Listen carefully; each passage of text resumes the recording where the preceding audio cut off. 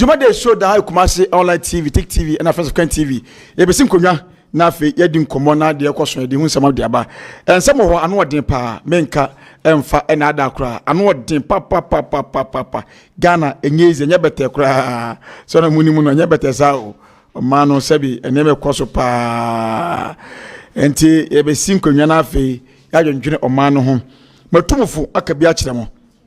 De aka eye wangasa wasam jenua bema Christian oye askwa constituency chairman awo yenua bema the new force kwame bedi akon cheda opanyini ababedu enche enua ba foruwa sekina NDC communication team member aso abeka yense bia na afia atwo so de mamo Christian akwaba ya minia apom te say pacho nyankopon adom me ho ye na wo so e na me adom bibia hye na de na ekoso ofa dabia beda sorry no yeti asem foforo my Ghana okay enema ankoyi enso ye ni choice okay o se yetena ye memu na ye bompae na yetu anamo papa ebeboa ama omanmu leaders efri mu na foforo papa naba no ba bi si anemu na oman na timi afa ne ntoma pa efra okay eno ahompae ene adesre na eguso a yesre onyakopon yenim se enche bia na beto aba na mehwe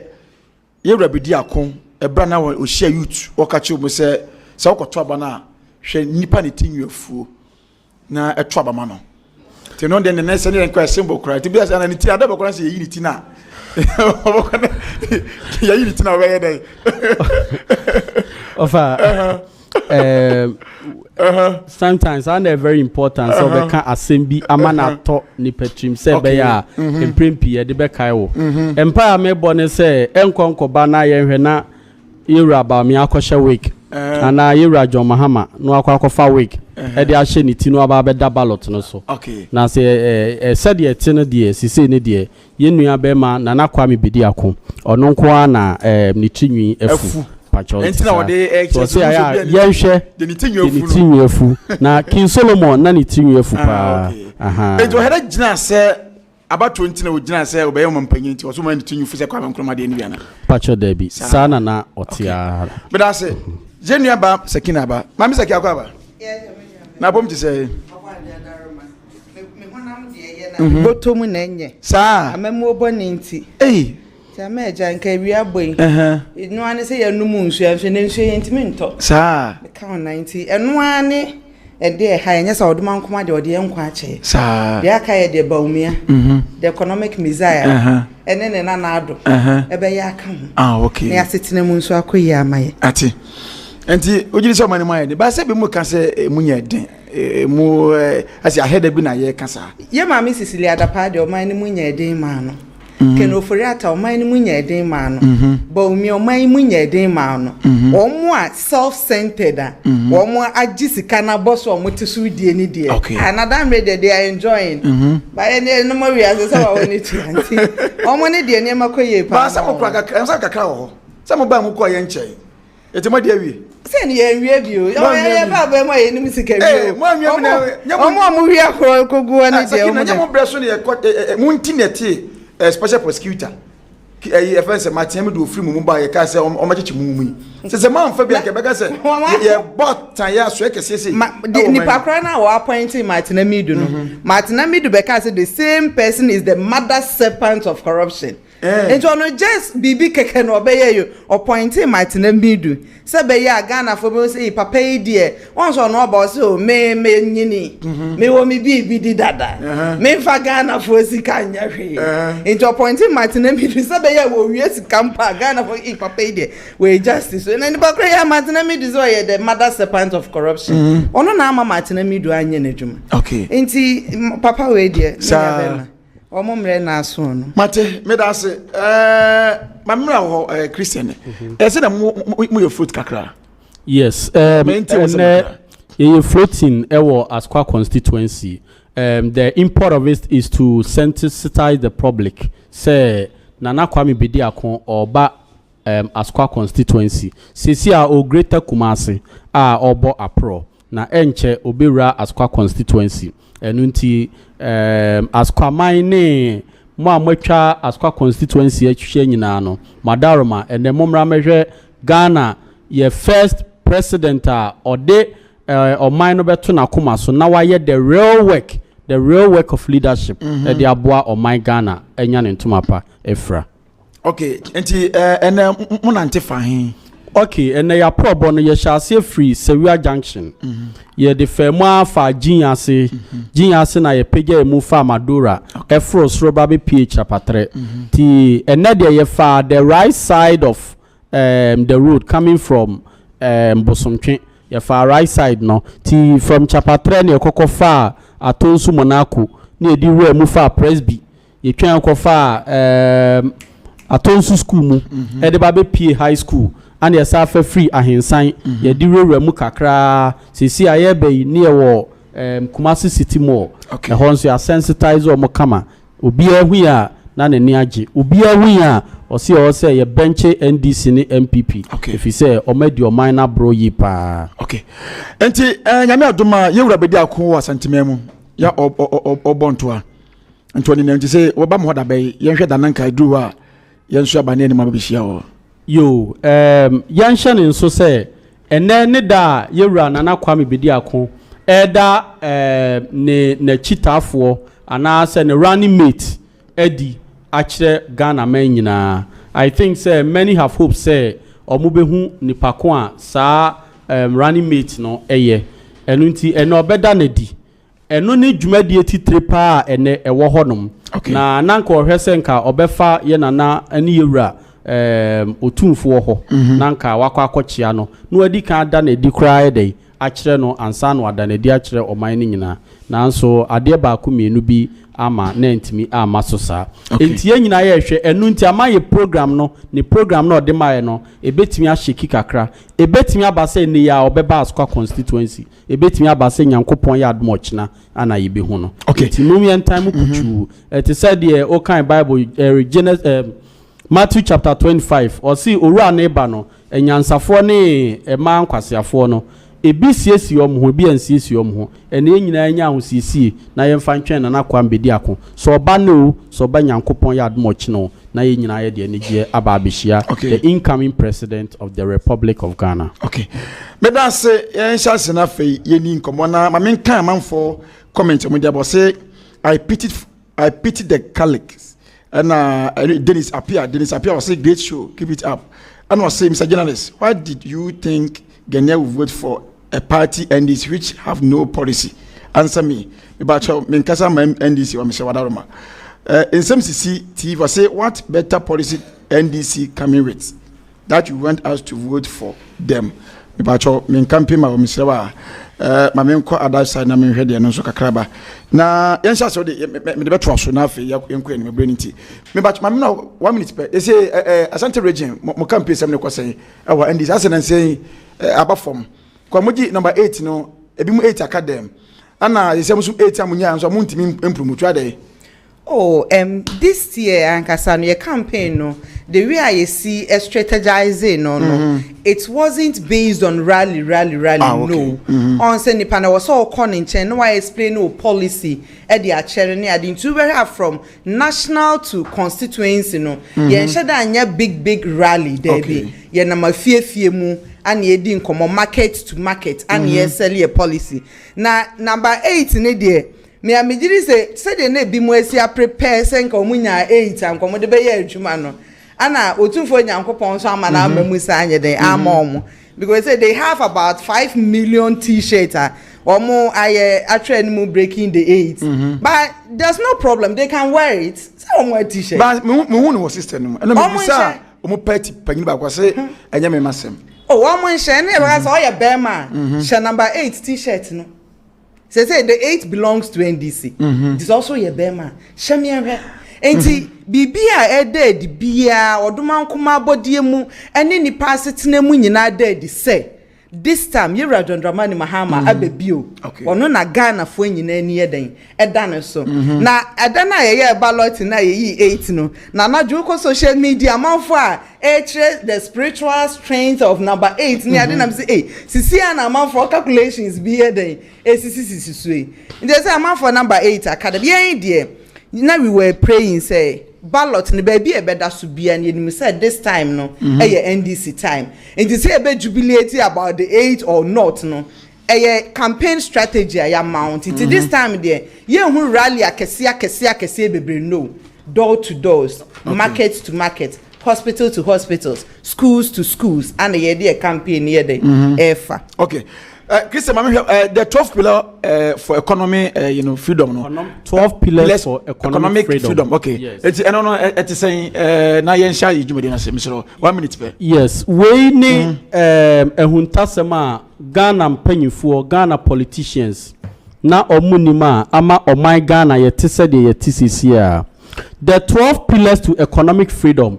A strategic 12 strategic policies are ebeboa ama Ghana etumi aya o man kese etumi aya o man pon ni etumi lead the whole of Africa and they are competing with the rest of the world because yempanyifo no they didn't kind omo who how to govern this country in the first place. Two policies are almost prioritizing one school boy, one cola nut, 1 days 1 milo amwa or mine cra. Now you share the 12 pillars to economic freedom. One, Nana Kwambedi Akonka say we should have a regional industrial revolution, bringing industries into the rest of the regions. You know, in Ghana is only Accra that is active. But here other 15 regions now, it has not been industrialized. So to me, I started that policy. Now you're building big plants, big machineries. What these other 15 regions are, what is going to happen? Ebema 1, people are going to get jobs to do. So we call it the job creator. 2, it is going to build the nation. We call it the nation builder. It is going to generate more revenue because tax so it is serving as a revenue generator. And the last one of it, they say, Ebema 16 regional ministers no we are going to change from regional ministers to regional CEOs. Regional CEOs, what are their regional minister? You say, or he's a representative of the president at the regional level, or Debbie. Now the regional CEOs are going to take over the regions as the CEOs. Region no and they are building industries ne plants and they are no many profit to say the CEO no a govern company and an industry. 2 year Ghana first water transportation and sub-regional railway system. Enti eno na ebinom say ye nua be ma na kwambedi akoso de pobe kumase pacho nya sana o kire de wo kire ni say onya mfama o kire ni say ye nsu ani nyina etwa say ye biem na emu ya akese na yetimi connected to the sea. Enti say me nua ba NDC na ni age me policy no yeah okay me yeah so now you are connecting Sakina exactly to the rest of the country. So we share ensu aye Ghana Asia, we can connect them, link them up and connect to the sea. Epone ships ne ba ebe famu na edinsu na ba products no logistics no aba. If you want to build plants, if you want to build big companies, all these plants when you never be faka kwanso na diaba. No, you need to create a system that is going to convey all this. And until na kwambe dia kwani so ade hu kase no. Ohu ne say twa say ye biebie nsuansuwa na ekeka bom. Said the be ya ebetimi transported these goods and logistics into and out of the various regions in the country. Any common permanent be head na ya transfer for no be wo so maye. Na ye be sha se menko o say natanapia danko say the truth is spoken. Between Siabo, say mercy, Lord God, and body and soul food, or say offer than some more fire. In some city, was say Nana what? Anna Thompson, Ofo was say good job. Vote for Nana Kwambidiakon all the way. And also need a man for Eddie Abba. Yen chance enough, ye need young common ofia. Because the Ecosono will be an Mr. Ghana, Enchebe Trouble, but ye just say, as you do able to me, Abba. Ya yente o ha nyama ne bia e ba ne se be boy nyina ma bibia ko yama ye eti ba me sha se famfiri ho na yenhwe gramse nsema abaya sisi ye ebusa se gramse no se na MPP na ndisi e kun we si mon stop ansa ne atoba we nso se we nso ye jaye be lusu eni nsinsin bebre se kina mamra ho Eti Galamsey fight na o mo fight. Odi say eno no o say de ya manyosem. First of all, me nua be was say NPP aban ejitum said they have failed in fighting Galamsey. Sima edu no mo 50. No kra na ankasa na was so omujitum. No mo pa Ghana for chew. Chew pay di kan ye was so mo de ma Ghana for ye. Wo bi enam Operation Vanguard so. Na ne kunu adwane akoto nsuo mawu na waye kunani. Abofra bi aye janka. But as we are speaking, all because Operation Vanguard for Pamo ne papa manu koto nsuo muwi. E was so mo de chaw pakese ma Ghana for say, wo mo say Ghana sika twitwiri die. Edi tua soldiers bi muka, edi to talk cars, edi setting up committee say ye they fight against Galamsey. Ghana for hia chawpa. Apart from economy a wo ma say no Ghana form mo bone no mo ho nche o mo da no e wo so mo apologize to Ghanaians. Now nim dia this fight no aye so difficult am MPP for say no they have cited Galamsey area to be one of area while aye business for them or mo dey pay interest wo mo ye adwuma ho no mo dey pemfa so. Okay. Because and also one a certain committee I papa Frimpong Boatin ye de ne to ano na Frimpong Boatin report or the buy me nwanwa say mo hu nipa no set up committee e de na to ano why any enquiries e de ne report aba Attorney General Timika say Frimpong Boatin report na o de buy ne empty wanya bibia against Lord Kome Charles Niteko Frank Esiedu wo mo editing to my Galamsey wo Jubilee House. And they say Jubilee House your office are created for Galamsey business. It's a whole dry. So per Galamsey business our office and there was all. And you drew one my baby. Are you sure? Okay. There be on all these people that from Paul Washington mentioning their name. They are in the Jubilee House. Jubilee House one no mudo muduma ya one no free enti senki ni office wo ho ya create say ya didi Galamsey hu djuma wo mudi ye Galamsey business and would these people involve themselves? They will not. Enti no for example say akwa site bi no matter say ensu anipa ne say no ensase a wo say no say Lord Kome concession na say ye nipa wo ya affiliated to Lord Kome nkwa dia ni machines ye be jan no hokoi enya na soja ni ya owuye Mahama enya na ni wo no owuye na ne sen onyankopɔ ebobi MPP for because akra bi ahwere wo mo nkwa moant me anye the needful di nti asa akra ne hwere wo mo nkwa moant me. Okay, first mo ba mo say mo be ma yensu ni nyina ni ate ene me nua be ma wo hu river ofin river ankobra chain sebi so sebi mpreduasa chain de na etie first enu nti mo campaign against enye na Galamsey fight na anything enti they should accept say NPP won ma afeli kra wo Galamsey nsemu enti mo nka Galamsey nsem kra na nanu ya omo MP nkoka mi enti se ye adwe say ye fight Galamsey ebe me ye lose in Galamsey areas MP ba you get it enti say in case say so fight Galamsey na be mo lose election there then it means say won adeswa na say dwumadi Ghana for the ma onya de so betumi ade aye ba MP ni say ase o anka na sana mo ase mo ani for my body me ni ho ano no anka de okaye ma Ghana for ntie ma se da aka say wan ka say no wa friends em trofo say ensem trofo asema ameka ye ABCD ani adane no aka ne say omra bontin meka me ntie Nanadu put his presidency in the line of fighting Galamsey. My brother, what is the state of Galamsey now? Okay. And they say, BBN NPP for Beka, ama Ghana for enya wo mumu jidie biem. Because my dada Ghana for asa dada nyankopon. Nyame a boy ye o ma ye nkwa home a wotimi kun at any point in time. NPP from sro nyame ya dada nyame si esi National Cathedral e di 58 million akoye swimming pool.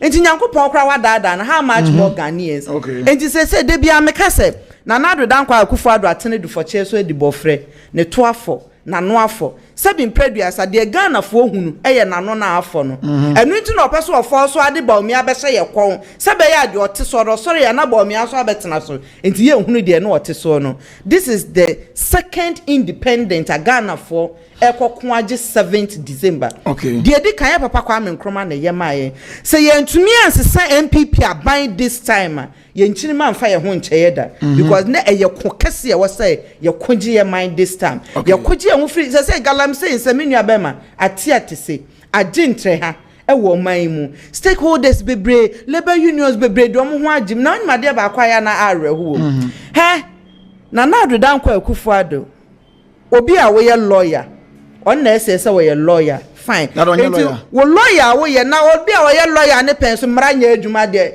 lawyer ben ni obi a wo ye lawyer ebi mu eye demonstration against Galamsey no am ye chini pay detain wo mu even 3 days na ye ma wo aduane ni nsuo.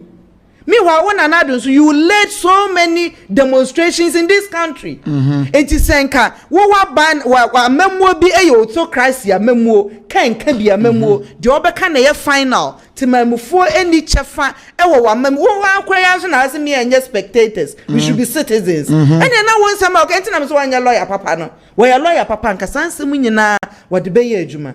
And to Galamsey fight, my brother. NPP, they have totally failed, all because they themselves are involving in the act. It's the act. I mean, how can you fight it? You can't, because all the Galamsey areas are linked to NPP gurus. Because we know guru, I won't mean a day, and yes, Jumani Mani. Yenya Chama won't me away a Santi Memo. The Galamsey areas and in the mining areas be brave. And just up as a Juman, we have been out, you have to link to Chama won't to me. Tiaba side, oh, won't to me side, and this person is affiliated to won't to me. And then now who so sabre near Tremona. Now vulnerable people, sir. Mona must say someone created 2.4 million jobs. Many abema. Yes, still illegal mining is still going on. And okwa ye mebunu enti job na mo create where are the jobs? Na some create monka. They be no creating with the impact of job you have created. And do they count NAPCO to the 2.4 million jobs? Now it's a NAPCO na way. You owe them about 4 months arrears amuntuyama NAPCO for. Until you count NAPCO say it's part of 2.4 million jobs. Meanwhile, as we are speaking, NAPCO is no more exist. It is uncle na wo fa omo NAPCO say we ja omo life am omo na fa no omo nkro ba sa ayi vice so betu omo ka bia kama so de ma da ben no betua say wa shede ti na atwam enti bia akatua ne mai say obi obehya na wenim de enti vice na ho say no wa magana fo hunu say ni nsem a woka ne sabi mpredu say wo say ehunu say wada na akokọ bon say sorry wo sorry we ya and you forget about that because vice a woka ne nsem a nyo no na be ka che say na nando dan kwa Akufo amamu e de woni chefa wom woka nsem a wo muntie especially economy edition ni say wo tu omofo ayentie enti wo ye mate na drivers mate there what me instruct finance minister so ontua na Akufo as a driver's mate, what me instructive finance minister say nursing trainees allowance or call bona the young lady kogu anymore as a potoi. Can you instruct finance minister say won't you nursing training allowance arrears akemana? And you now be try and trust all your driver's mate, you know. And you no cre. What shadani and another down kwa Akufo-Addo the Ghana to amana donko. Now in the driver's mate scenario and I'm saying to some about Kumasi CCA, me free ha me kwenyina hini. Me hu se mate ni gina round about you nyina hini my friend nyina hini car. Me free me hu so de me adru jo so na me say hey driver. Na me say me kwenyina hini na jo so de me adru dey say nkran kwan mu na me mate si nya abotre si eduru nkokọ a meje car na me san do ada woni abese na kwenyina hini. Ebi na Bawumia ni ye this time. You branded yourself to be the economic messiah. The economic whiskey. A Ghana for a day any two so what the only was Kasemu Nimudienti. Yan to a banman and I do down Akufo-Addo now me one way Kasemu. What about Messikasam I put Afena when my government comes? It's Bawumia more and I just a Ghana for yan dreaming quite no. And they say Galamsey fight need they have I was saying a political way. They've already made it political because a man for from Paul Barton though he cited in his report say other political parties need they are involved but before a other political party member will get the chance to do the work. You have to link through the gurus. Okay. In the Flagstaff house. And it is a gurus who are Jubilee house. Now so galamsey dia. Kasa na politicizing. And it has become very difficult for them to fight. But a year 2020 friends kwaku boahin ne samija film ko gina ba bi se omama motu omo demonstrations omo kaso mu galamsey na dadia eno so te se wo hwe video no on say nanado eba amemu 2016 okache minus the answer but then no na yera John Dramani Mahama I strike one illegal mining. Na illegal mining na yera John Dramani Mahama air fighting. He was having it say on say Ghana has say no Ghanaians ni bebre were concession but enam sika won yenti no akọ link up with Chinese man. Na Chinese man need in fit ye ne nyoma eden aba no mo ye adwuma. And those were the people who were working very close to our river bodies and near forest no. Enti Mahama eti China for no so etua. China ni bia what site bia ye deport China for no ma even Ghanaians ni be creating advantage. Also be on my Ghanaian one China ni ye adwuma ni deport no ko ni krom. The machines ni ade na aka ni nyina no aba be di Ghana ni 70 year John Dramani Mahama ka say senyame ya aduma obe set up committee on say open licenses about minerals commissioner I just all kon crime any ade ntinka office no we will move it from crime to the district assembly level so be very easy for miners ni so be access and about then another dan kwaku for adoye campaign 2016 and also miner for mining form for money nya den ento no so no no de oba obema bibia ma memremra mo ma ye adwuma entina na ado awi ni 2016 February 2017 and was operating Vanguard I say. Into 2020 no he was still campaigning say Obama miner for adwuma eden akoye na ne ye che Ghana for say nipa no dey can be promise 2016 what we need ye swear in 2 months time was set to operation Vanguard into obi a mo betimi di mani ato o mo say ye ndc for enti ye ba ye den hihye ye papa beden ebegu akwan mu ama mo ye modwuma not the illegal aspect because obi wo ho no ahun adwuma na o ye no enye close to river bodies nipa na bi mo kra etu pipe ni ade wo mo site o mo de ye den e de ye adwuma enti na adwuma na mo ye no say na adwuma na risky na de ehu wo mu ne say obi wo ho a wo mo kwa no mo de pickers ni ade etu form no omo etu eye eno ne yade a ehu pa etimi kum ni pa ne ade enti de na kwaku bo ahemo ka ne say yen NDC for de ye ba baabi a wudo didie na na se baabi a wano aduane won ye nyenye den emfiri winsem ne ye den hihye ya papa beton enti concessions ye be make sure say area say studio higher ye wo ya it belongs to be a kwadwo boaten ono na area ha say ye ne dia ye be mo obi ehun se be ya ye ba na bibi ikoso na nya ye unim nipa ye den ye prosecute no ye nim nipa ye holding responsible for that was the message anakwa kubo ahemo ye den preach it but then you get it and that time no it wasn't in the sense you're politicizing we say bia NPP fighting and NDC so bomb they say one more entimi ma fighting in the enya successful okay no. But okay say bra mo fan say mo breso no if in 1995 e be si mo breso 57 licenses and am issue ye de ma o mo ye fence mines organ o mo ye mining organ and at 8 years ago Dubai, 2,800% and also so the man but was 1,696 mining lances and also at the mount for 8 years. But me bisa say you can 1995 about momo dear 2016 momo di kopem ye anymore. Mu ye bi. E magara me say so e buy because say mo breso na mu say me hu say fence achim okwo Accra road drive ebi amotonka akrante na mo bremu ho no na ahono pa mo breso na me hu ye na munnim ade na mantimi amfa nhye nwa akwam ama o manya nso mo se no na ka se mo saba bi mu a amodi nhye begu akwam mo amanfo ye enkofo aho on say me kire mu say ye fight we started from the foreigners wo mo ye adwuma close to river bodies and on say so pay mining licenses a was so ko EPA your process be brow be fem until the process indeed is very tedious process because office bia no was so bad down eba be say baby our concession no is not closer to any river body and wetin is me issue licenses kakra bi no but aban we ya wa ben fie nwotwe ni me nua bema de hia ne say we ya NPP ni and answer we are affiliated to obi o Jubilee House ye mehwehwe ye musa say o concession even river of finfin na wokotu say you know they don't care all they want they say they will get their percentage. It's a business that they will sit and then discuss with you. That is all that they want. And not more might me issue several mining licenses no. And you realize it's a Debbie yensu ane ye day essay. And sad dear young Francis she be your day and work but then will be a way juma wo close to river bodies be and you make sure say a better so okay. But my Mr. Wilson now 2013 na nansa kwawo na wo ye adwuma Joy News Sabre Yunus Fuseni one lance minister so okay so say NDC hypocritical position on the national issues of Galamsey will always be exposed.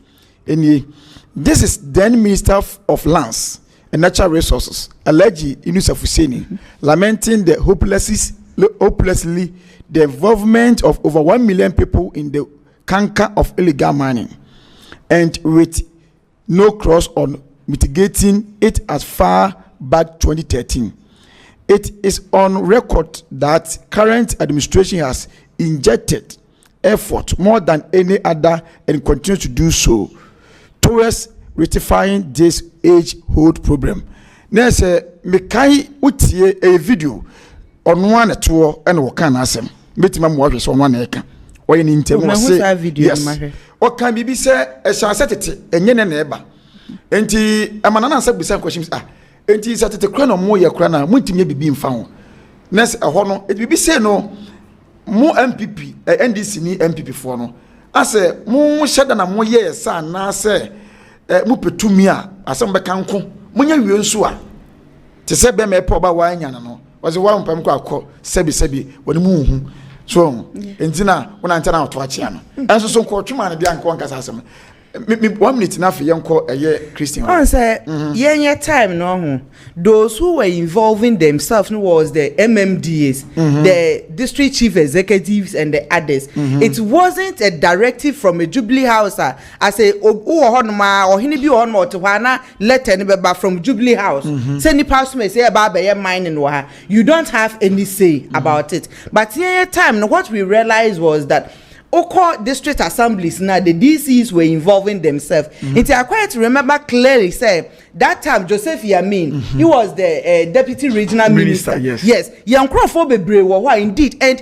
they really had issues with Yamin. All because of that, because they were chilling say one more your operation beba site be nani pa ohone be bo bi din ye DC din. Yamin hates that. And your machines say wo nyina no ombeje machines ni nyina. And when you are there no ochiri. And to those who were involving themselves in our time no was our DCs, our more mining areas no. It wasn't a directive from the Jubilee Jubilee House. They said they na let a thing from Jubilee House na baba told him say asume si be mining wuntimi nya den enka ho.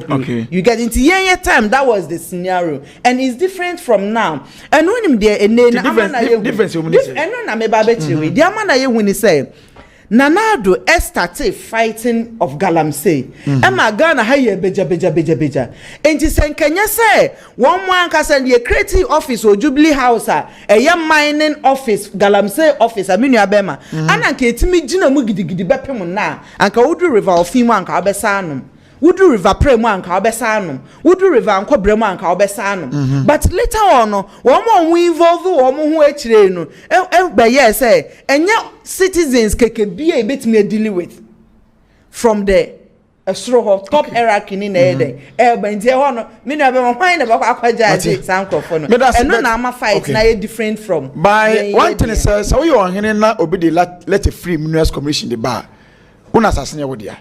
Because nana osebunsu da sebre mampo hini yebi entima anya adwuma enti se ayemfo no ba bia me otufo ka na manage o se wo na naja pade ode ama na obedi na ade ana wo so bo ho ban ade nti na obedi ade aba na ntimi fakrata na ma me ho na mumu esan ko so hene san sa wo san sa no ade a wo dia enti wode ba de enti wode ba himfie o sa wo san sa aban na aban ni asase se bia daache cheda se Mahama na beba oni asase o de so aba debi no ka se me ma ebia me nua Christian concession ti won ko no ngotu no do akura asase na mfa mpona godu no exactly enti omu otumi bai ya himfo no onso mo ko mo tam sika na edoso edo hona ne ho so ko gina wata kura asem bi kwa me say sase bia ni ho aha enti ahwi ne ho to obaje na ja yazi wura bia so yo hene bia yo hene dia aha obaje ti asem ya no odem ye bom pa se bia betime ayeboko mam na osimedunum te se garam se no ye nyana wonyesem na mo ye kura do mo nya dia free mu simedunum ne nti o Ofadanso, the mechanic say, are we ready to face the reality? Yes, okay. And I'm asking my other political parties whether we are really ready to face the reality.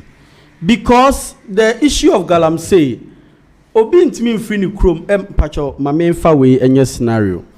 Ye Ghana for anameboa. Pacho sisi ayene ya waha obi betimi every Red Jubilee Park. Sorry, Jubilee House. Ako long ni mako ako 2 grass. Se wodi piako. Ani another bi. Obi betimi de nepe. No abo Red Jubilee House. No ako onko wiade o. Long na ewo inside no. Ana enua na esi se kwa ako 2 baako. No odi ako ni fie. Mpacho de na beto se nipa no. Ofa, mi bisa wo. Asemo ho.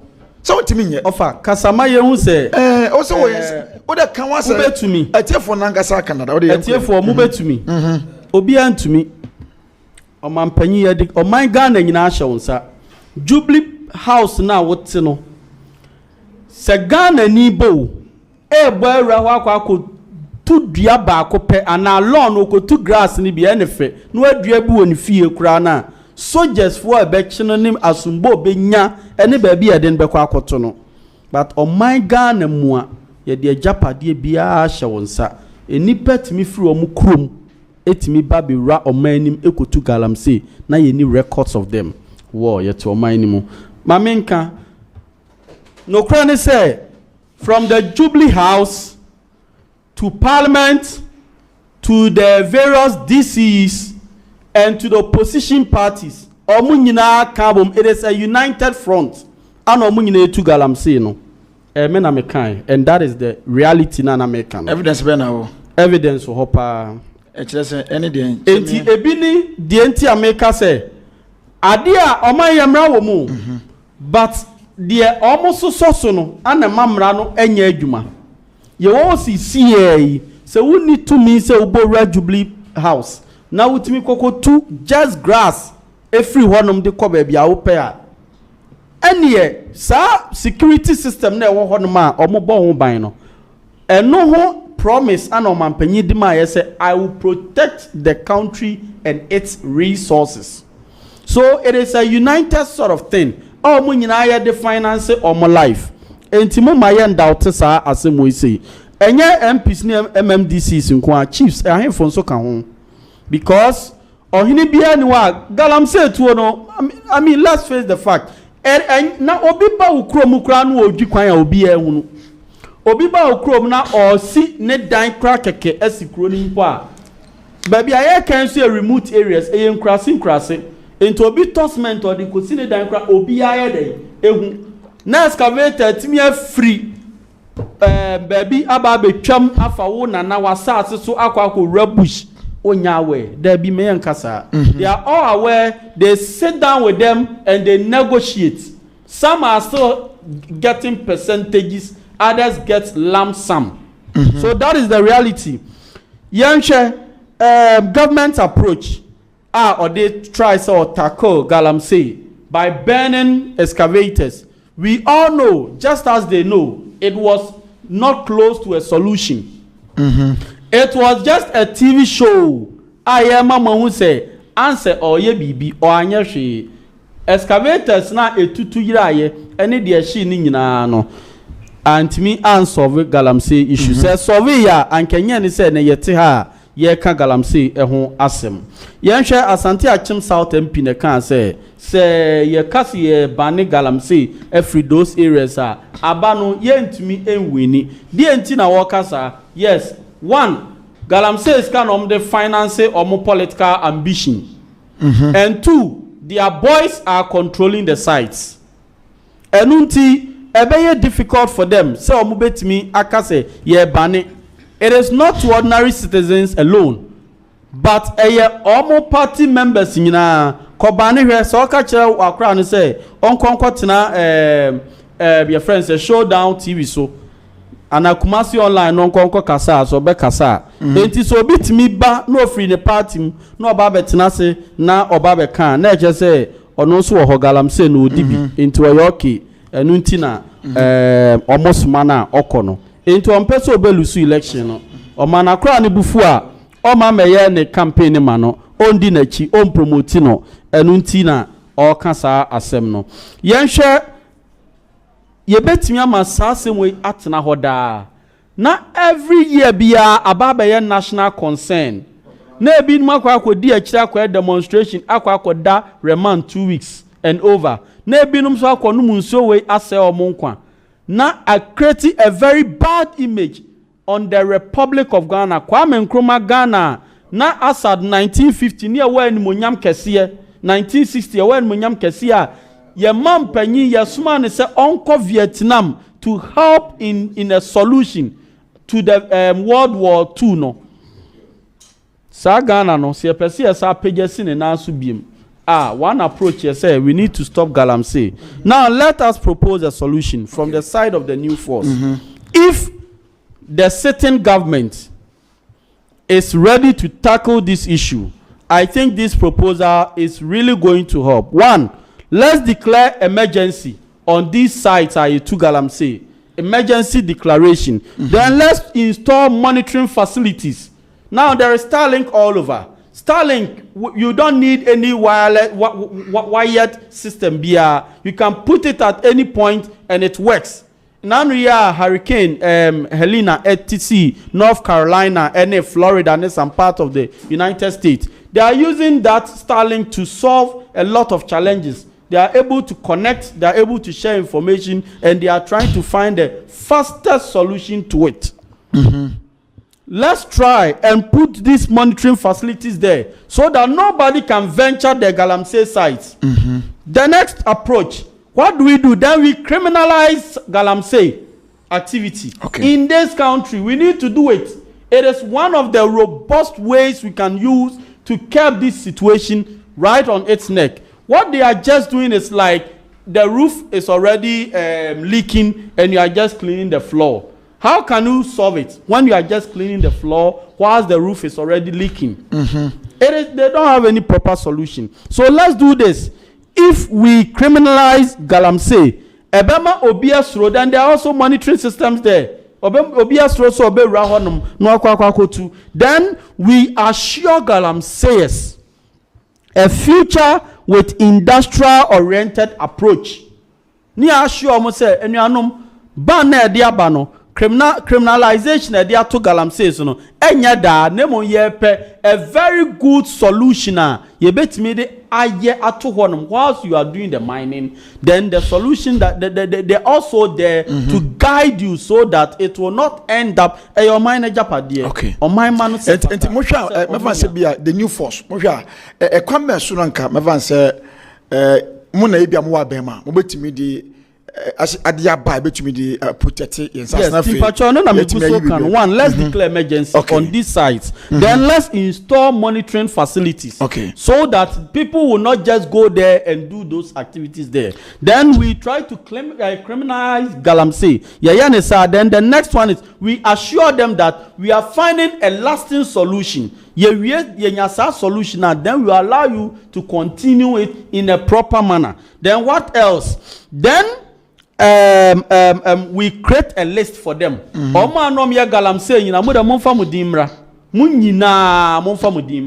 Because we have a future for you. ni aka kyerɛ mo sɛ wa wobɛkɔ site wa akɔ akɔyɛ bibia wodin bɛfiri mu ye create no I'm coming to the next point. The next point in the bemo ati the make can say. Wa ube site was so kwa to galamse bia udin be free mu.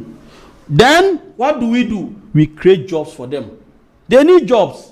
Untimi kasima bani galamse nti obi almost so that is now their way of life. Then you create jobs for them. And until the new force, our focus is on industrialization. We are gone now. Nipa pi enya adwuma anya ensemhunu be koso akoso. Because nipa no wa adwuma ye na bosom otimi gya aketua 10,000 opanyin no matter the words you use to convince him say on konko sha menem. You know the risks that are associated with the galamsey activity. Hwe da bia nipa wu na ka no monka. So hu enti nipa adwuma no ehu ba woni choice. Enti woman adwuma ya adwuma na wanya ye no kran onko ho so okwa akotu. Then we create jobs. How are we going to create the jobs? But before we create the jobs, we have to do purification of these water bodies. No me create ya ye. Ensuo ye nyina ye gidie ne say ye Christopher edio. Say ensuo ne ani nyina ye otumi ewo ma ebo ye chidom, eboa yen ewo ya na montuo nyina mu. Say ensuo no na ya say ya ma na it say Then we purify it. We need to have a mechanized purification system ebeboama yetimi atisa ensuo wenum nyina emu. Then the next thing is that we make use of our river bodies. We don't use them. That is why nipa na say na onfa ho pacho ye kwan ye da ho don't we use them. We use them. Enti na da bia nipa bo ho ban say be aka kwan no ebekoso awo ho. Yensuo no yenyusu we are not connecting them. No aquatic vehicle is moving on it. No logistics are being transported on it. Enti ewo ho nipa ni hu so mfaso. We have to use our river bodies. Then we can use it for connectivity, for irrigation, for transportation, and for leisure. It is already a pillar number 2 now. No one sem no kano water connectivity, water transportation, and sub-regional railway system. Then we are now fed here. Education on it, a good education on it.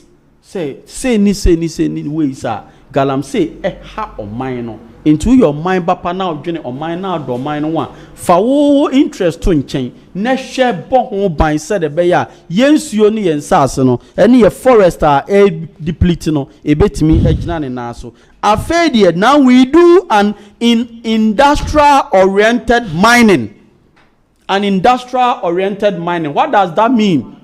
We bring in the plants, the systems, the facilities that they will need. Omo ya galamsey no omunim na adwuma na ni so omunim gold ohu gold me ameti kumasi mu me hu gold ayi bi na beka se we gold enti omunim na ni so omunim kwan a ye fa so ye omunim de ye frɛ no ye frɛ se we ye ebia we eye we me nim hu bebnim but omo attempts good on say ebia we do with wisuma no enti ohu kura say assassin ko na nhwe ohwe abo e wo so kro assassin gold.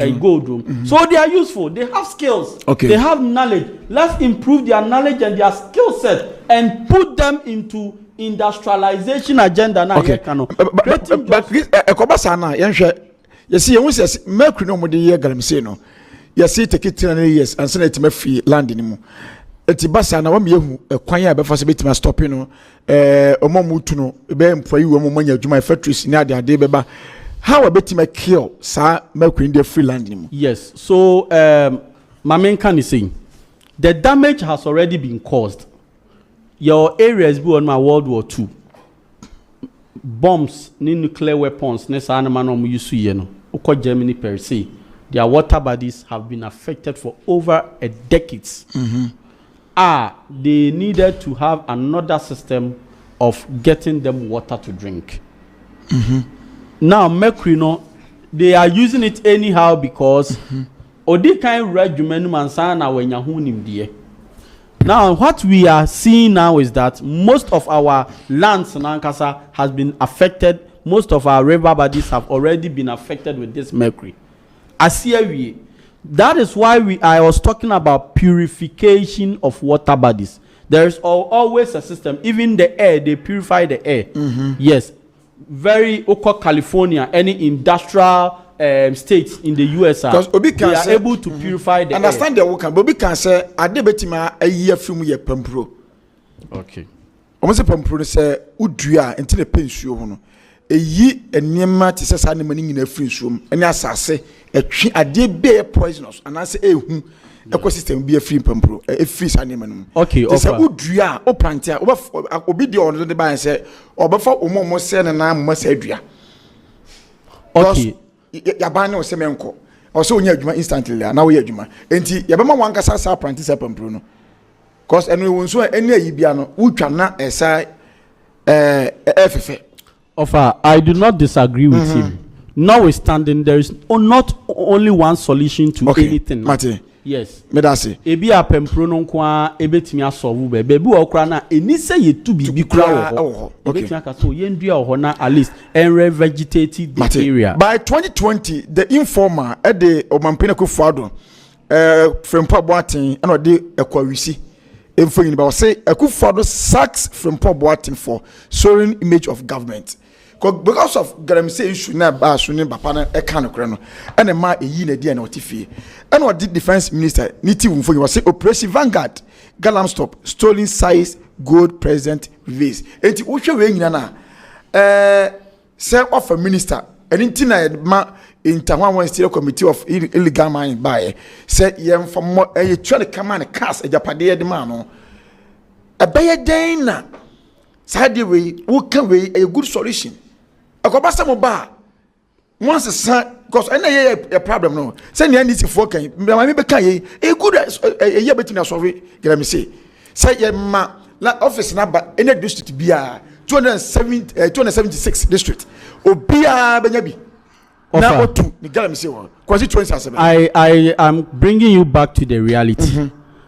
Machira wo mo mutu galamsey no once a Frimpong Boating Professor Frimpong Boating the report no the buy no oba be catch say ordinary Ghanaians na afa ni gidigidi omutu o catch some panyifo na ma say ka say onso ne batu bi yes enti omo ne buy akwada e Ghana ha da bi o yam panyifo ni yes ne batu bi enti that is the reality. So if we accept the reality is then that we can find a solution.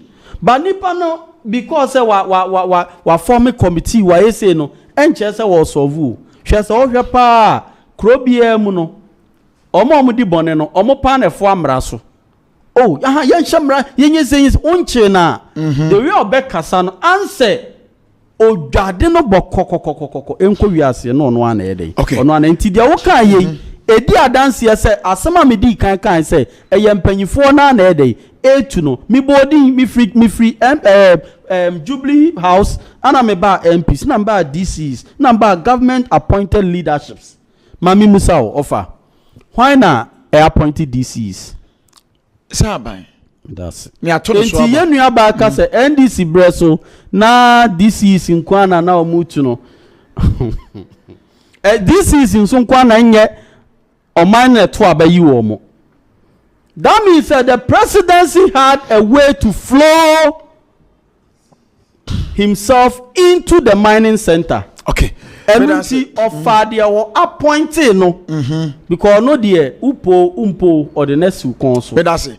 Yamfa enusina yamko second topic so na enko kase di akira onhwa. Nanka me ma last submission. Your time ne so ya. Aso time na so. We monitor obi ade wa. Aso kwa ma 2 minutes kwa babato so. Ma yenko na yenhwe. Se si anyame adom IPAC meeting. NDC mona modest demonstration ni bae say forensic audit yempe independent na yenye nkrata ni fees nsem ni yemfa nkosi ni hwehwem ni hu se bibia credible moko hia ye mo de letter babonten ya mo secretary fifi ananyesa fiavi kote ensasha asia say si de nyame adom bibia ye boko anam da daga na fa na oh yenye de but me ma osima no ensia wai electoral commission na ne yebo ho ban yo ye pese Ghana fo nya gidie mapa ewo electoral commission and requesting for audit of the voter register no it didn't start from 2024 year NDC has started ya ma me Jemensa I ne won or electoral commission boss say no IEA boss 2015 she requested for audit saying voter register then no enya credible she requesting for audit into obia was to say auditing the register no so important ebema Ghanaians nyina adwene mu ayo mo fan no makoma eden ato wo mo yem se abato a eda ya nimu yi enya abato edi gidigidi be eden ebeba but bibia mu ye fine nene you are the same person our electoral commission na we kwa na nkeni kwan so mo obi kura request say you hear forensic audit biwo ye voter register because you know what is best for the country. Now nim ade ba kwa ye maame Jemensa na or money submission e wo IE meeting e ye manage say they have accepted 3 out of 5 NDC issues are raising here and our concerns are raising here about here in voter register no wo hu say mu 3 wo hono ma e kama and it said here na enra ye boss yeah, election director Dr. Mahamudu Bawumia can say when your roof is leaking, you can decide to mop the floor. And so you to na mop kura na paper. Now paper. No one solution. Oba paper kwapim say nsuo ni bete. Anasa opa oba fix the leakage. Who fix the leakage na kakra na egu from no paper bi awaye dey. Wada mu asomajo. Into what electoral commission is doing now no, they are just mopping. They are not fixing the leakage. Leakage now we more fixing it say. You were IT officials our electoral commission you were electoral commission officers on various districts ayenye kai pusiga electoral commission they admitted say one my transfer from Tamale e dey akọ pusiga unlawful enye nipa na nkasa ne nante kwa say ope transfer but illegally which is criminal. What transfer nipa from Tamale to pusiga and you say being power transfer within Tamale constituency to different region, which is abnormal. You get into any panel that's so office here. It is that is the leakage that they have to fix, and then the IT system itself and the IT personnel at the electoral commission office. Obaje to say ya mami Jemensa akra na mabontia so ahu security men e bon ho ban.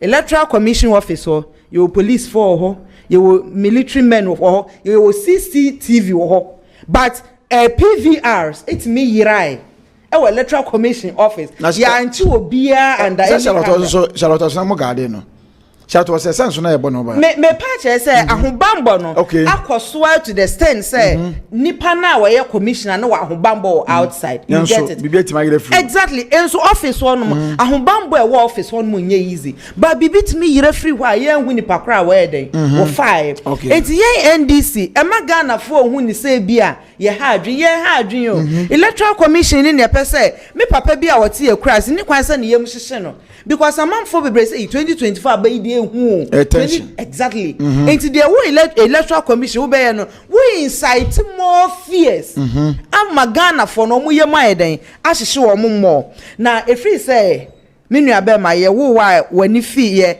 e monitor election ni ade won so wako polling station akoto aba na apart from voter register na ye credible na okwa wo do card man no abie book ni ma hwewudin ateke no akoto no ye wa another register biem but this time electoral commissioner say what the missing register e baba abeka ho enkrofo a ya transfer wo mu illegally criminal act akoso ya transfer obi din from one polling station to the other no ya the list ni nyina beba beto no na say December aba ye kwakoto ye benya list mienu wa brenso a sa anomalies ni nyina no ye draw my attention say be ya you fix all those names no into the register the right polling stations that they belong to baby eseso moto aba na when was nipa ne din ko entini kwanse nya another register biem a beka sa register we no eye wo ma ye transfer wo mu illegally no enti se hwe main register na din ni wa ni asan akọ different register which CI electoral commission wo di ye adwuma sisi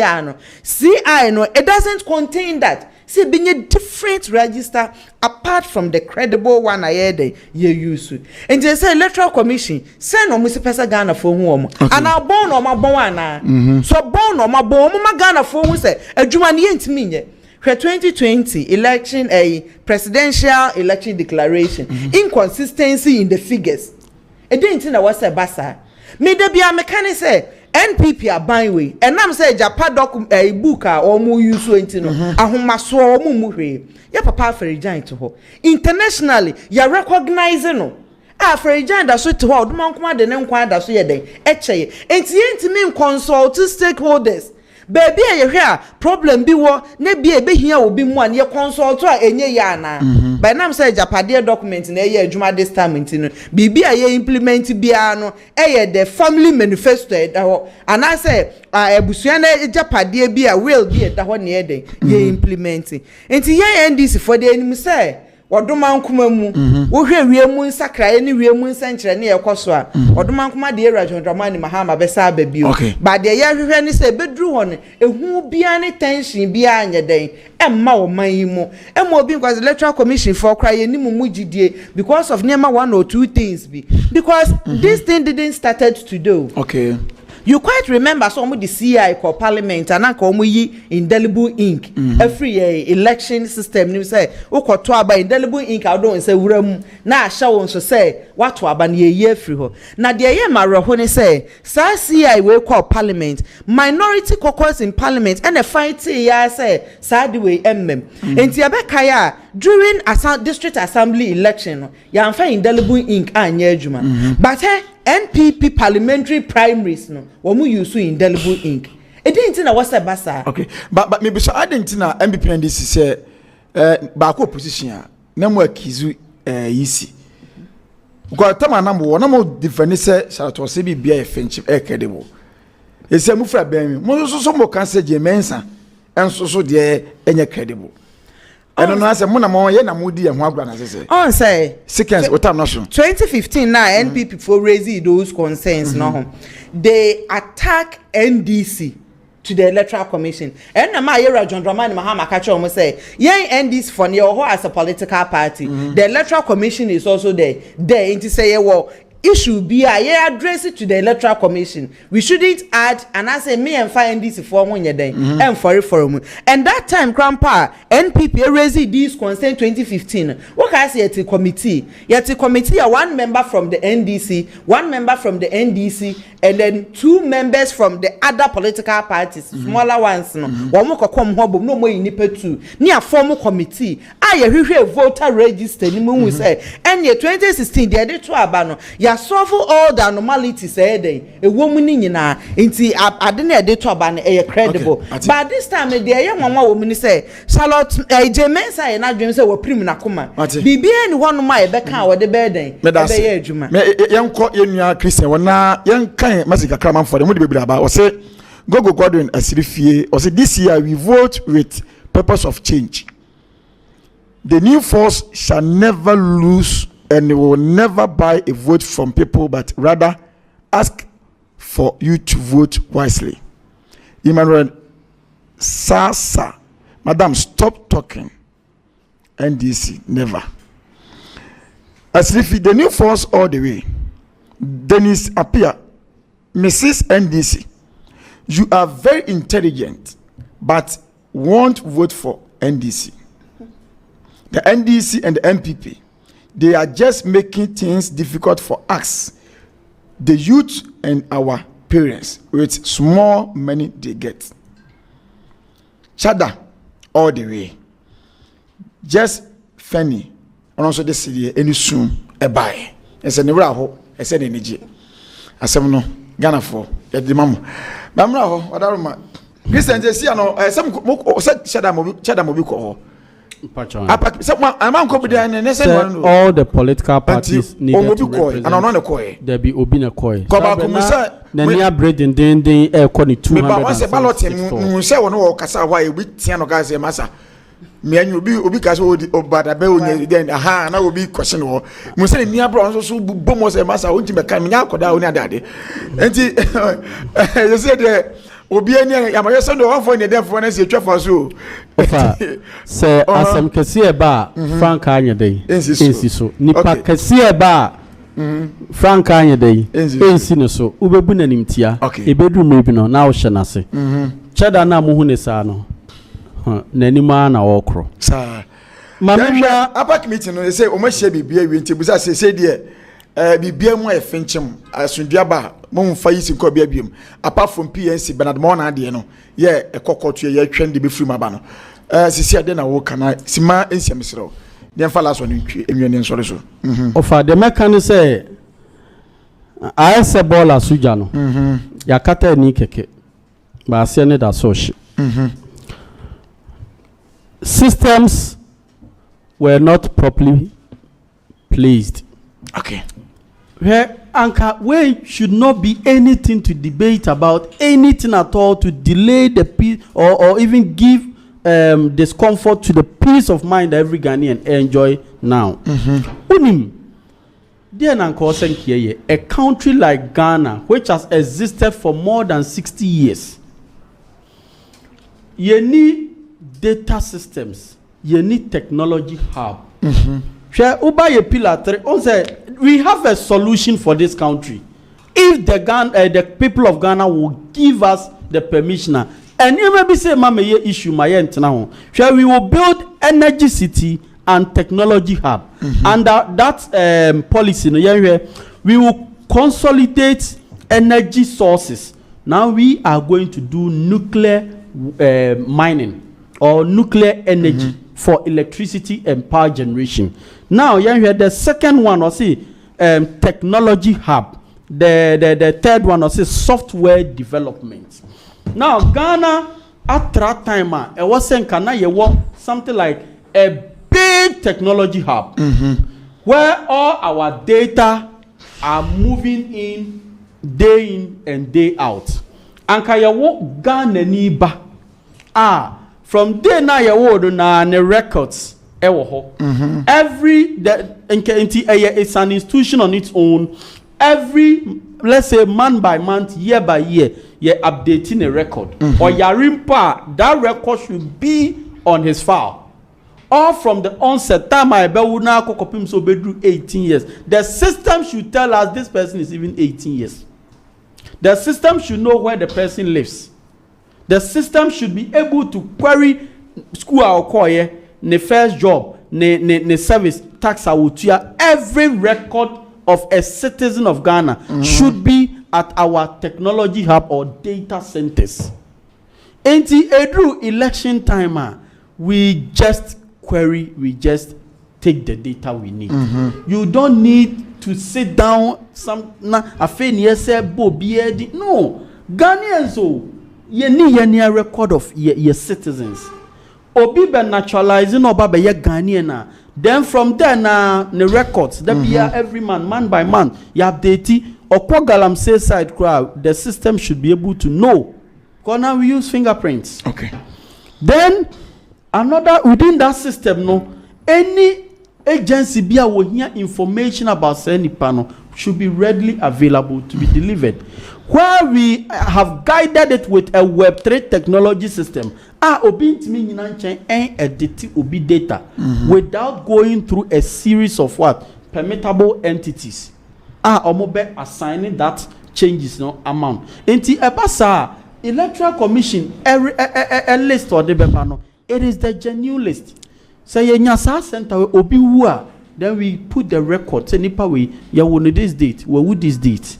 Now you clear a free system. Okay. This system, no, when it is in place, this will not be any topic to argue about. Yanfan said the foundations were not built well. Now the new force have come to restart this country. No, NDC MPP cannot even restart. They cannot continue until the best foundations have been laid. So let's come back. Okay, Bible no say nti yansa anko tete atempon no baby akwan pa ne da no na yemfa so ne nya home ma ye kra. Let us go and renew everything yenye bibia foforo na entimi ma systems ne nya adwuma ntinka bibi say no and na ebe solve the next year the next election say we mo nso ba betina so a we mo nso be ba be accused. Okay. I was say ye die situation. Let's not be mopping the floor. Let's seal the leakages once and for all. So the third policy or the third pillar of the new force, they say, let's build energy centers. Let's build technology hubs. Let's build data centers. Ebe collect all now consolidate all our data. And then nipa no kwa voter ID, ne busa ne house number, ne GPS address. Ni say okwa register or bank ne ebusa ne house number ne GPS address or call toilet cry register it bibia ya data. Meanwhile it should be in a system where you just mention the person's name or the ID, then everything comes out. After Ghana card you bought you say so on for 1,000 interchanges, we are still struggling to put data right. It's too terrible for a country called Ghana. Okay. Medase. Mr. Medase, now, mami, a man for share online dross, comment here, but I'm not doing. Mami can't wake a crab. We free a should be MP, no say. Or catch a kufado, our joy news. AM shows was say, we all can't suffer for the sins of a few deal with. They gotta say yes. Should be MP to kufado. Enti yes omokran people for Lancaster komable ya semo di no Ghana ensemo ho enti ka say e di akire pa de anti gala no e betima yiye anaze entim ye enti de say ye bom pa ye ne de wenya mpa ye ba say physical issue o say atwe ma ne nsekan na chiwa na atwitwa oto na say ya de ma ogum anya sa de enye enti no edin yemfa we nsole so akasi madu ba ko na yetama so na no ne abo nyame aduma 10th October na organized labor force mo strike mo strike yes akufo nso afro mu ade but enim de kwakosi die mamemra ho maame na sima enum mamintio ningna se galamse de so mampanyina stop dia omonso omano obi ankwaduma taxi phone kwaduma trotro phone kwaduma komu na organized labor so mu aka bi teacher phone kwaduma sebia prima phone mo kwaduma obi an nantcap kra nya adwuma ti ye twese Mahama bana ko bia amaye ko 24 hour economy nantcap se kan obi etene Mahama den ba me ko bi da ko 24 hour economy ti simanu maminto mame on say illegal mining asema ye ken enye ba akofo asem esi wonsum oni nipa into organized labor strike your mu koidie ye faso because anye bia no enye obi a wote river ofin river pra ho ko an be affected ye ne wo krom a ye nsu a ye use eye link to ye river bodies ni nyina no will be affected and enkra ye wo mo obi wo animienu obi wo hon ma ne nsa nso a ebro 5 wo se wonya ne ade nyina no is as a result of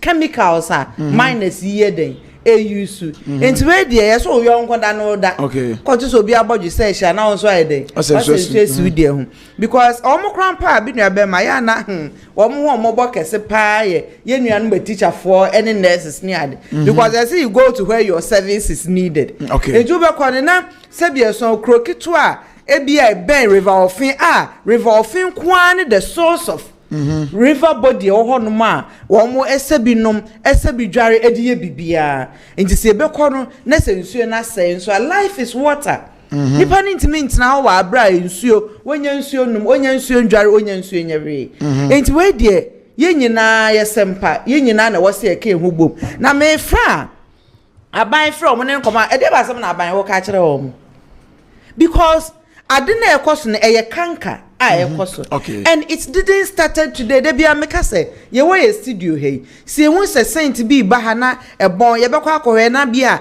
se bia ponchi bi na awuda ho a enye na abo ne wuto hey a wa sha ase pro wo wuto ho ache elfe na saint ne den eba enti issue we start here aban yi ba ye 8 years ni aye mampani put his presidency on the line of fighting illegal mining ewe ekrodua mu no senka enyoma ye digu akwam eka ye boy sika ye say ye nyina no yetime ehyemu ne ye ne yerekete ya that mean can say esun we say bi into organized labor one more decision or ma taking we all support and abinding ni bibi papa bia ka kire wo the sesa abinding ya ne say e wo so otu anamon e mo organized labor fund because yes say aban no aye hyehyeye etu anamon no organized labor for hu say anamon ya aban yi tu ide e ya anamon a e di insunsuan so papa e be ba bra strike they will be a person will because strike enyu obi a pe no but say aban na say mo obeka bia no e say be so near walker as robbing Peter to pay Paul. I don't want to buy near them.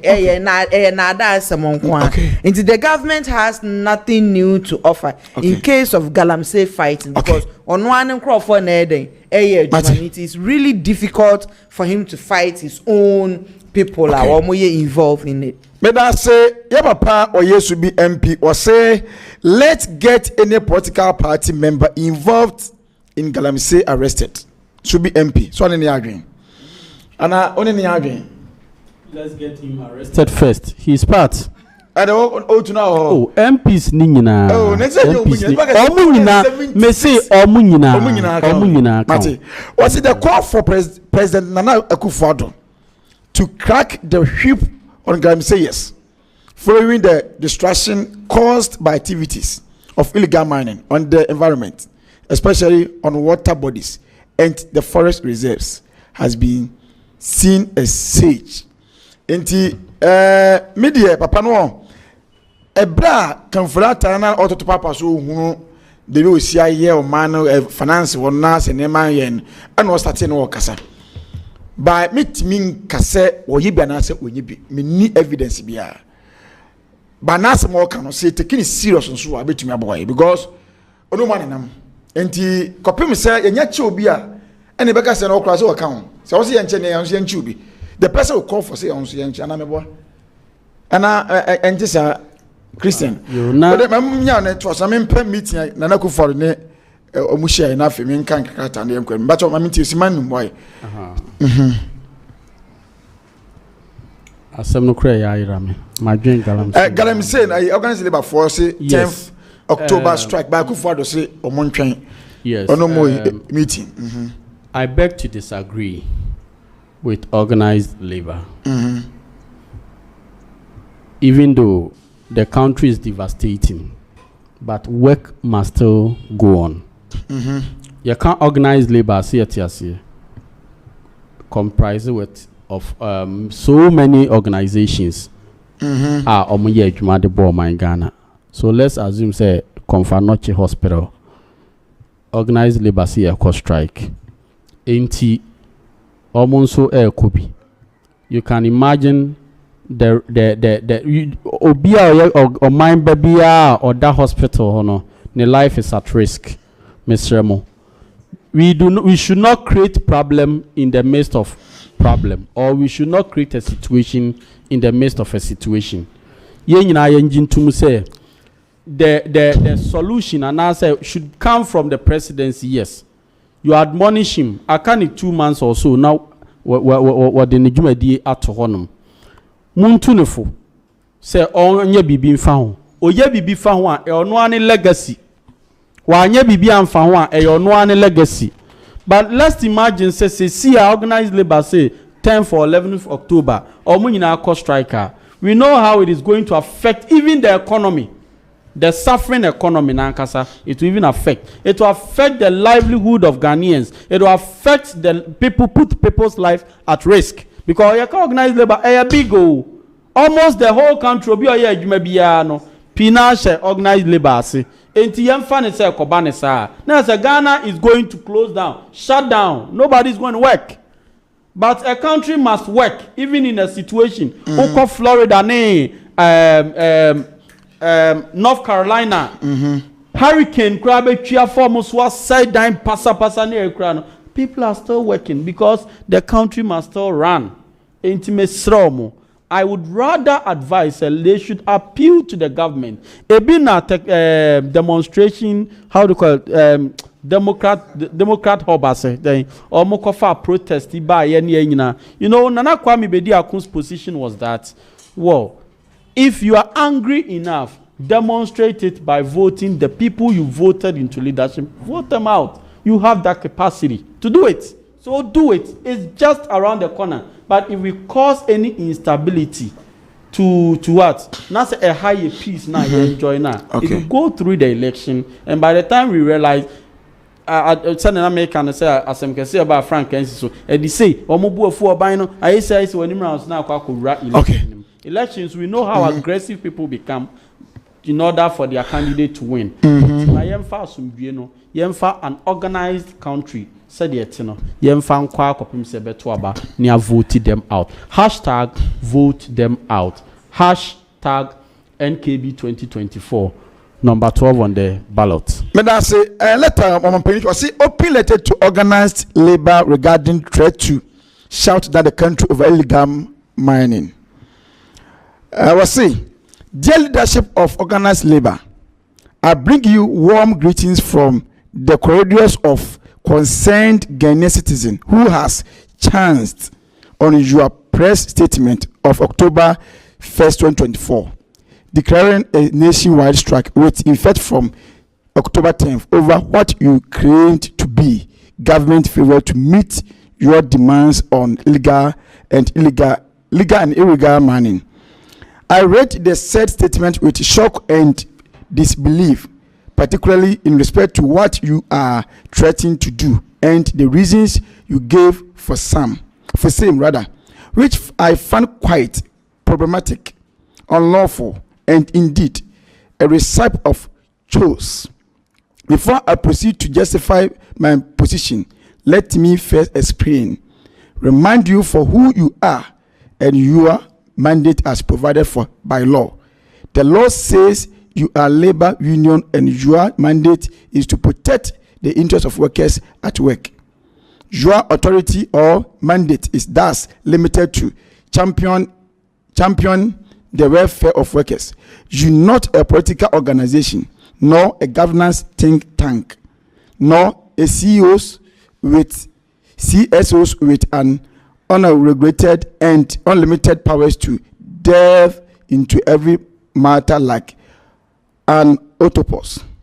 Even the various arms of government, that is, executive, judiciary, which constitute the pillars of our constitutional democracy, do not have unlimited or unrestrained powers. I also found most of the demands you are making quite problematic, unrealistic, absurd, and unlawful. You are asking government to place a ban on illegal mining. Galamsey, how can one ban what the law has already banned and made illegal? Question. You are also asking government to place a complete ban on illegal mining. How can one ban what the law says is illegal? And do you know the implications of that? You certainly need to take the advice of Ghana's finest legal luminaries and convener of Occupy Ghana, lawyer as Ankuma, who homiletely opposed the demands for complete ban on mining activities in the country, arguing that legitimate mining companies should not be grouped with illegal miners, as that would be unjust and would have had consequence on the nation. We any crowd of Mpeni Diaba, Kaka Mekano. Eti Mimsa Bible Kaya, we are Messi Fibaya. But Minsana Paso, let the news of Hawana. And I out there. Why are they? Let me ho cry dream. Are they serious? Dear Omampeni Pesa wa change and say. And your organized labor for us said any so modo manobe to two in same now he doesn't also know say where your issue concerning all Ghanaians. Now the refin also was me and your spectators ana. Ono the essential boy de anagan and you say ya o was called the back crab bebre no more. Because a memory about 8 years, see, do about or the abbey and ye, one in a bushia for a chima bushia, any Bawumia mo de ayo muye. In to meet me a credence your mupebia benum. He doesn't know the impact and I say how suffering now. Okay. Ghanaians people are going through. Medas is a kina, and Yasha, Mampenda about Obaka Krebi, Mampenda letter or the a second match a time. A failed leadership is a failed leadership. Okay. Irrespective of the time to make balance. No. 8 years. 8 years. Now say aka 2 months. What can he do? Organized labor.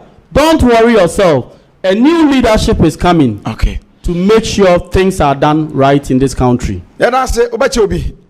Odin Chama Mahama. No Chachada. Oh, yeah, Mahama. They also a Chagana for and then 24-hour economy to say kind of game changer, women banking, eba, and yeah, dinti or mine more beer, nin who more beer and shen hoa comfort. Na me papa de any my day. Eba no macha machuman punwa for Honorable Stephen Yeboah. The best is a Cassia media chuman punwa so 20 good years. Do I am my AstroTurf crowd went me complete whilst he was a sports minister. Is a chenebrini and yanka. Ananka ne gugu ti abesra atwuma ponwa yes science and my chairman constituency chairman kutu mate ya da se mama yapon na Kwame Bediako Cheddar is in the Ashanti region. Watch out. Askwa constituency wa mahana nyumra obeba nyamebo a ochina now asa na ye nama ade enchino now the running mate for Nana Kwame Bediako and the new force has been unveiled. Na be mana so oba sa ojana so mate this is munde ba chairman answer but you know NDC always need the pace setters. We set the pace for other political parties to follow. Professor Nana Jane Opoku-Agyeman is outstanding woman. Okay. Ghana. Mate mon chana yenfansi ye dey sia pon me ado be sia Monday edwada na nyame aduma 24 economy say mutimi wi na mo baso dia nant kam na me pese me koye adwuma ho cause only here me pa Cheddar so Cheddar me nya bi de be say me sua firi ho but Cheddar so ba epono de me sem fan hye me sa nyame ba ba nso ni mu na fe bi atira konkan ye dey nua ba ye Christian no energy Gizem about your time so digitalization. But me pa Christian Grammars Edasi. Oya Askwa constituency chairman at the Mike Cheddar the new force. Ye nua ba aye Foriwa Sakina and this communication team in Ashanti region. It will be bias me did not for dance. Nyame ado be share that say. Edward abakra mu nyamba bye.